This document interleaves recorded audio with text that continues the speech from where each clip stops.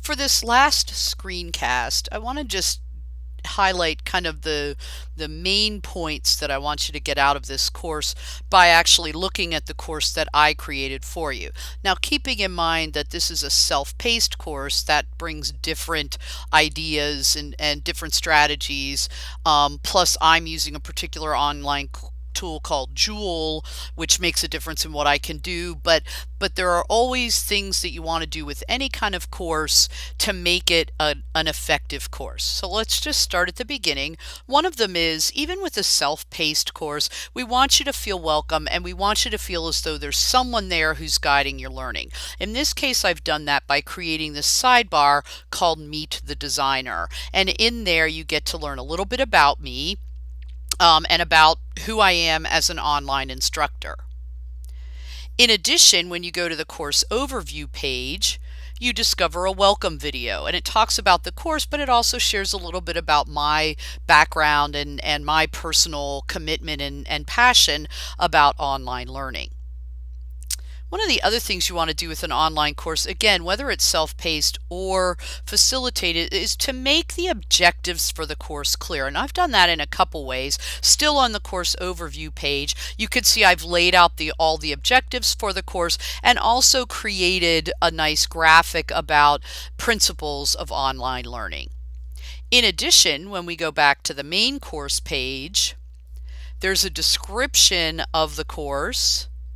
And then each module is laid out the same way. And this gets us to kind of the next piece, which is making sure that the navigation is easy to follow. So for each of the modules, there's this list of the things that you should do, and then they're laid out for you in that module.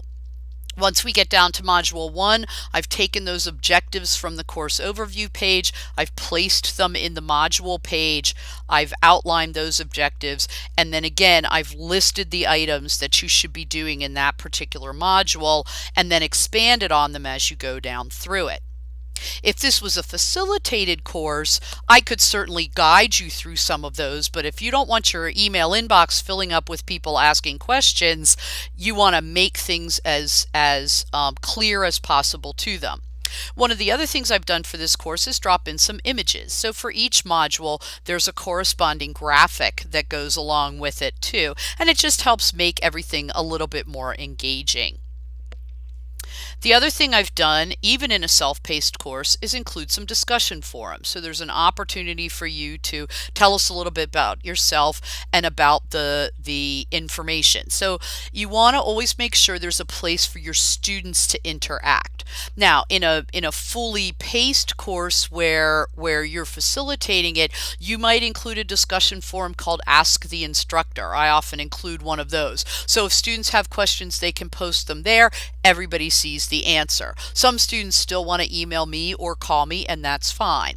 I also always include a cafe or a water cooler where students can talk about things that are outside the content of the course. So if they discovered in the course of introducing themselves that they're both really into something in particular, they both play the guitar, or they're both into driving race cars on the weekend, whatever it is, there's a place where they can interact personally. And sometimes it's called the cafe. I like to call it the water cooler. It's also a place where I can share items that I think are of interest but aren't directly related to the course content. So you want to have that opportunity for people to interact, even in a self-paced course like this one.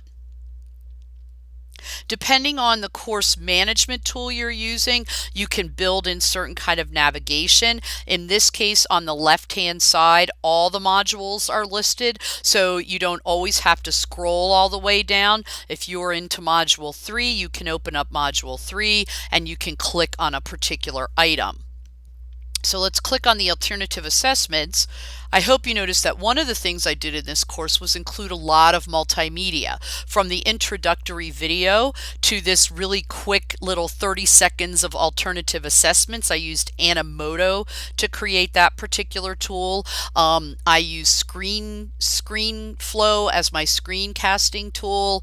I've also included some other kinds of audio video. We recommended using brainstorming tools. So we've used a wide variety of different kinds of tools so that students are interacting in different kinds of ways. But particularly in this day and age, a lot of multimedia, a chance for the students to hear your voice, a chance for the students to hear what the assignments are versus just reading through them, can also make a very engaging course.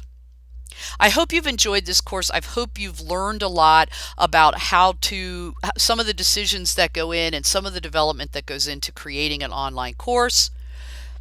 At the end, there is a congratulations, and we do have one more discussion forum in which we'd love to hear about the course you develop because of a result of taking this particular course.